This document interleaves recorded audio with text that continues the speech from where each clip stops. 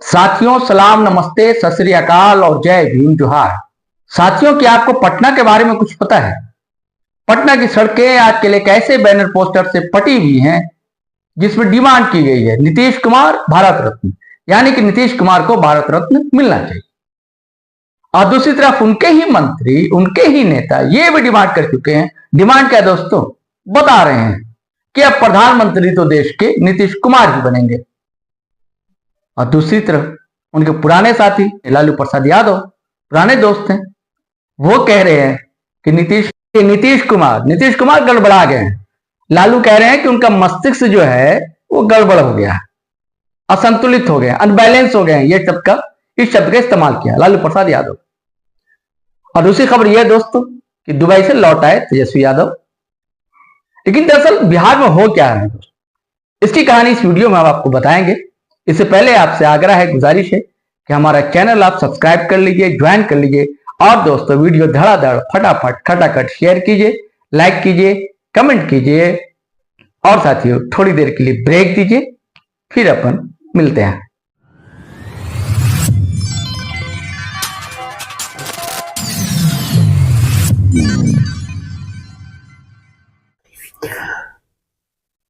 दोस्तों सलाम नमस्ते आदाब।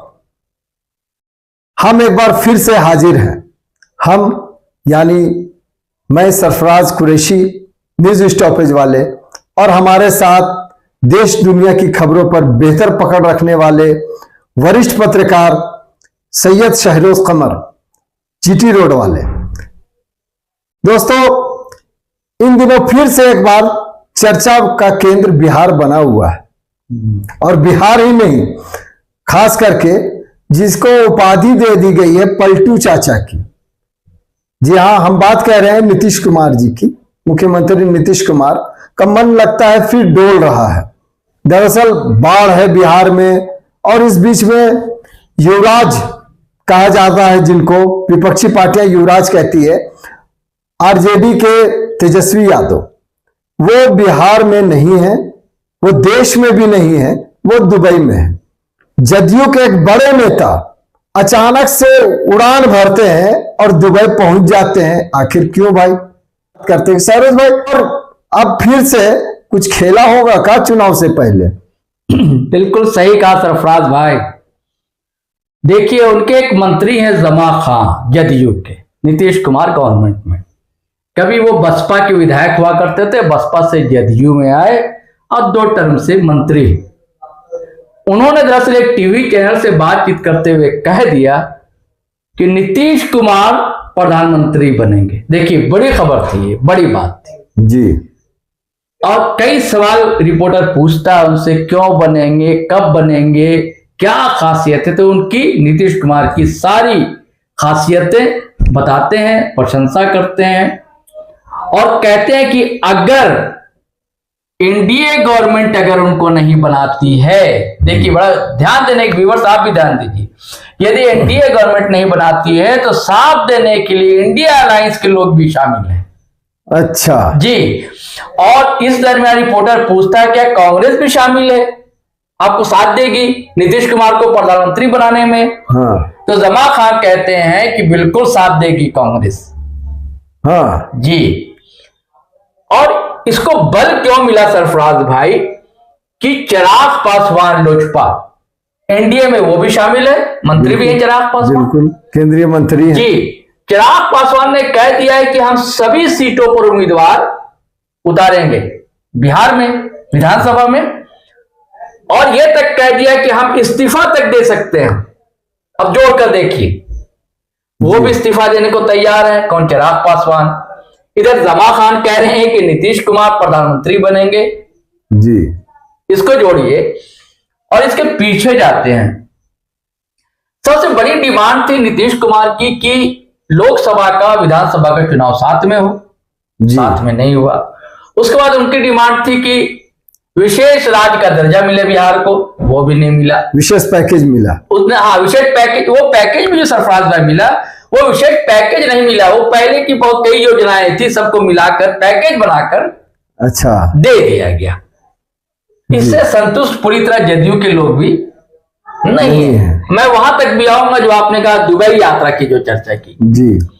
इस बार क्या हुआ कि जदयू के एक मंत्री हैं अशोक चौधरी साहब जी।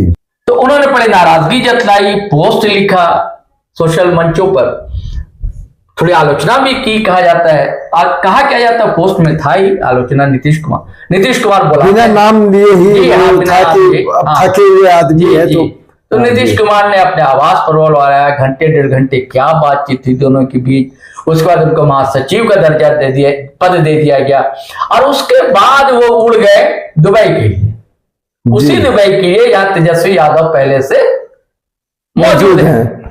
तो इस चर्चा को बल मिला कि क्या कुछ खिचड़ी पक तो नहीं रही है दोनों के बीच में। और फिर इधर ये हुआ सरफराज भाई कि एक और मुद्दा है जदयू का, नीतीश कुमार का, वो कास्ट सेंसस जी। उनकी मांग है कि भैया देश भर में कास्ट सेंसस कराए सरकार जी। अब जनगणना होने जा रही है, उसमें कॉलम हुआ कि नहीं ये प्रेशर डाल रहे हैं। और उधर भाजपा जो है वो तैयार नहीं, गले की हड्डी है उसके लिए कास्ट सेंसस है, दूसरा आरक्षण की सीमा बढ़ाना जी। नीतीश कुमार का कहना है, चिराग पासवान का कहना है और जो सामाजिक न्याय की पार्टी उनका कहना है कि 9वीं अनुसूची में अगर शामिल हो जाएगा ये मामला है ना तो आरक्षण की सीमा बढ़ाई जा सकती है। बिल्कुल। तो वो भी अब तक नहीं हुआ है। तो ना दर्जा मिला, ना अच्छा विशेष पैकेज मिला, ना ये मिला, ठीक है। और अब चाह रहे हैं ये कि मेरी ज्यादा से ज्यादा सीटें जज लड़े, ज्यादा सीटों पर, ये भी अभी पूरी तरह तय नहीं हो पा रहा है। अजमा खां का कहना है कि प्रधानमंत्री बन जाएंगे। अब फिर हम दुबई आते हैं सरफराज भाई, तो दुबई में जो चर्चा भी, दोनों अभी नेता दुबई में ही है। अच्छा, हो सकता है अभी व्यक्तिगत कारण से भी गए हों, लेकिन राजनीति में तो चर्चाएं चल निकलती हैं। हाँ भाई, एक ही देश में क्यों जी, एक ही देश में क्यों। और इधर क्या कि कार्यकारिणी की बैठक थी जदयू के, ठीक है, कहा जाता है उसमें जो एक बैठक खास हुई उसमें ललन सिंह को नहीं बुलाया गया। अच्छा, कहा जाता है कि ललन सिंह इधर उनका गुटर जो है भाजपा की तरफ चल रहा है, क्योंकि जब औकाफ वाला वक्फ बोर्ड वाला बिल आया था तो उस समय बड़ा खुलकर इन्होंने भाजपा का साथ दिया था ललन सिंह ने जी। जबकि ललन सिंह को इसलिए हटाया गया था कि पहले वो आरजेडी के ज्यादा करीब हो गए। जी। अब इधर इनको लग रहा है हम सेंट्रल मिनिस्टर हो गए, उन्होंने साथ दिया, साथ तो वहां दे दिया, लेकिन पटना जब में जो हल्ला चली और विरोध होना शुरू हो गया, फिर जदयू को आकर सफाई देनी पड़ी थी जी कि ऐसा मामला नहीं है। अब एक मामला सरफराज जी आपने कहा तलवार बांटने वाली बात, नहीं मैं उस पर आऊंगा जी, बोलिए। आखिर क्या मामला है कि इन दिनों कुछ आपस में भाजपा और जदयू की कुछ नाराजगी दिख रही है, चर्चाएं लगातार चल रही है तलवार की जो बात है कि आखिर क्या है तलवार, कि जिसको लेकर दोनों दलों के नेताओं में आपसी खींचतान भी दिख रही है, और इसका क्या चुनाव में, आने वाले विधानसभा चुनाव में कुछ असर दिखेगा या गठबंधन टूट जाएगा, क्या है मामला ये? जी, खबर तो चल रही है कि गठबंधन चुनाव से पहले टूट भी सकता है जी। देखिए एक और घटना है जो आपने कहा कि दोनों में खटपट तो नहीं चल रही है जी बिल्कुल। क्या हुआ कि पश्चिम बंगाल के सिलीगुड़ी में एक बिहार पे बच्चा एग्जाम देने गया था, परीक्षा देने गया था जी, और वहां के लोकल जो नेता होते हैं अपनी भाषा, अपने क्षेत्र को लेकर, मुद्दों को लेकर उठते हैं, बड़ा जैसे झारखंड में टाइगर जयराम है ना, वहां भी एक कोई नेता है भाई। सिलीगुड़ी में तो उस लड़के के पास पहुंचे, अब जब पता लगा कि ये बिहार का है तो कार्ड, आइडेंटिटी कार्ड मांग रहे थे, है ना, तो शायद लपड़ थप्पड़ भी कर दिया गया। कोई बड़ा मामला नहीं था, एक ही बच्चे के साथ हुआ ऐसा जी, ठीक है। अभी इतना बड़ा मामला नहीं था कि ये मुख्यमंत्री स्तर पर इसका डील किया जाए। अच्छा, अब किया क्या इन्होंने, जो उप मुख्यमंत्री हैं भाजपा के सम्राट चौधरी जी, बड़ा मुद्दा उसको बनाने की कोशिश की बिहार में, और उसके बाद चिट्ठी लिख दिया वहां सरकार को, सरकार की तरफ से। अब डिप्टी सीएम लिख रहा है ममता बनर्जी को, हाँ, और इधर उनका बिटवीन द लाइन था कि ये मुख्यमंत्री जी को भी बोलना चाहिए इस मुद्दे पर, संकेत उनका यही था। और कोई बड़ा मामला अगर होता, कोई कैजुअलिटी होती है ना, खुदा न खास्ते को नुकसान बड़ा होता तब की बात थी। यह स्थानीय मुद्दा था, पुलिस अधिकारियों से बात करके, है ना, पुलिस अधिकारियों से बात हुई थी, मामला निपट सकता था। एक ये मामला हुआ। एक और आपको याद होगा सरफराज भाई कि उत्तर प्रदेश में कांवड़ यात्रा के दौरान दुकानों पर नेम प्लेट का मामला आया। जी बिल्कुल।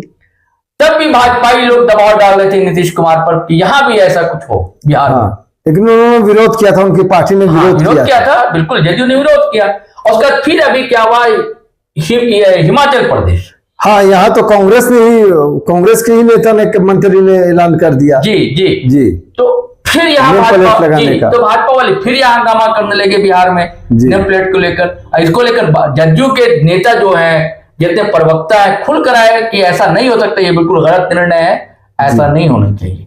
ये मामला हुआ खटपट का जी।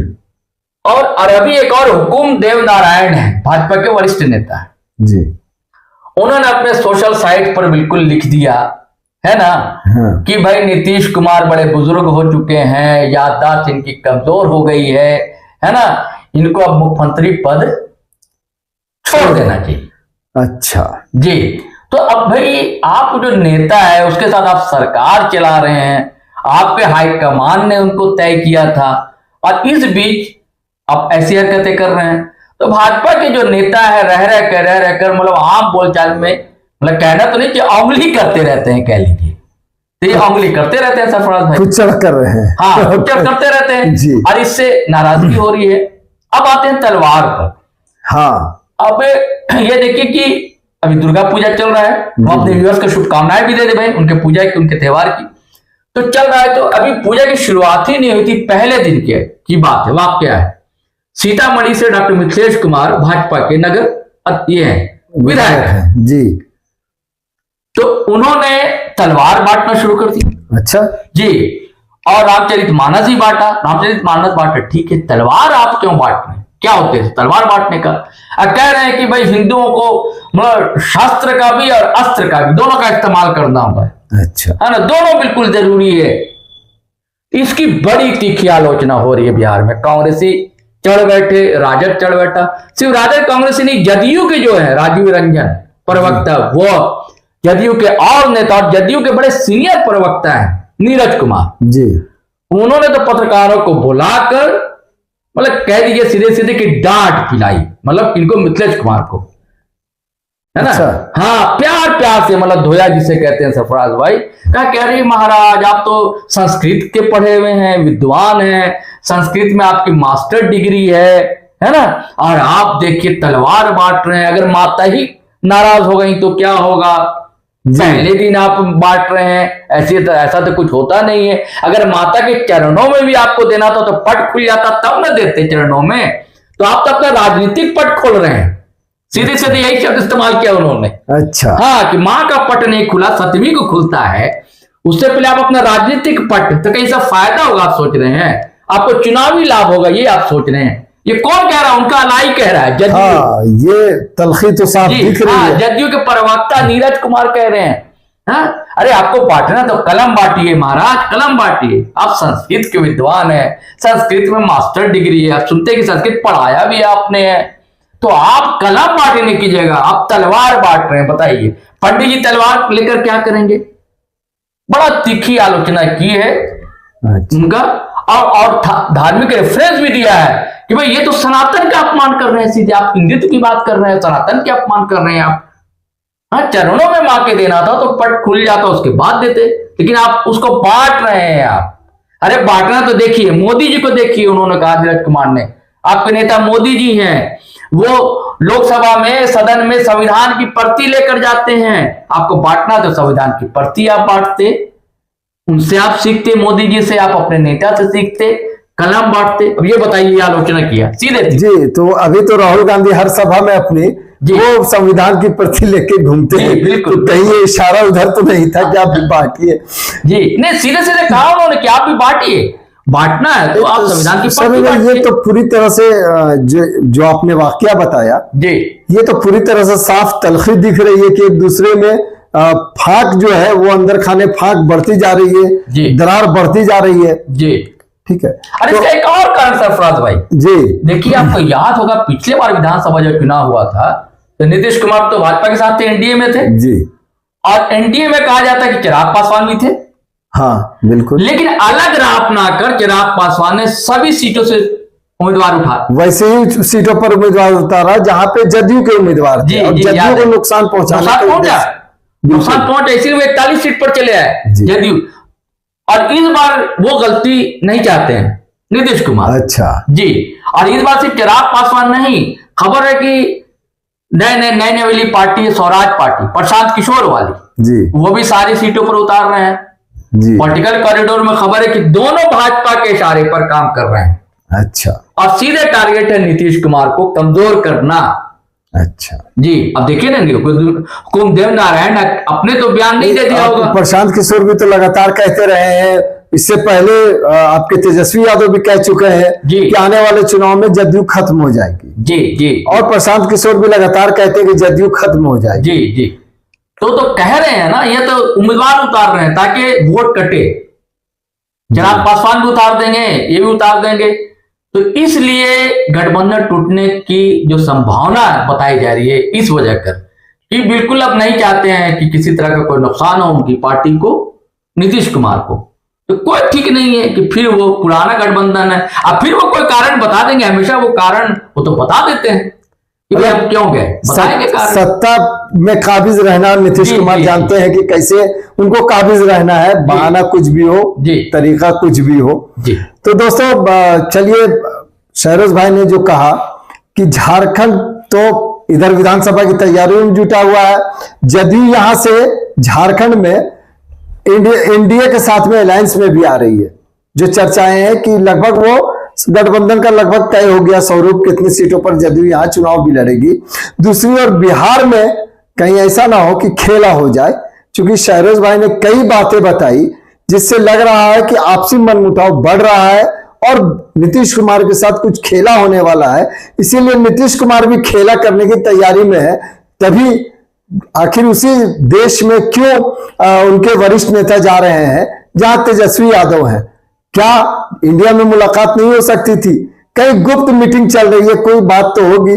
क्या होगी ये तो आने वाले कुछ समय में पता चल जाएगा कि जदयू के अलग होकर चुनाव लड़ती है, इंडिया गठबंधन में आ जाती है, एनडीए के साथ में ही रहती है। लेकिन बिहार में फिलहाल सरकार का भविष्य बहुत अच्छा नहीं दिख रहा है। अब अच्छा रहेगा या खराब रहेगा ये आने वाले दिनों में पता चलेगा दोस्तों। तब चलिए, फिर कोई नया अपडेट होगा तो हम आपके सामने आएंगे। शहरोज भाई आपको नए अपडेट से रूबरू कराएंगे, अवगत कराएंगे। तब तक के लिए हमें इजाजत दीजिए। बहुत बहुत शुक्रिया।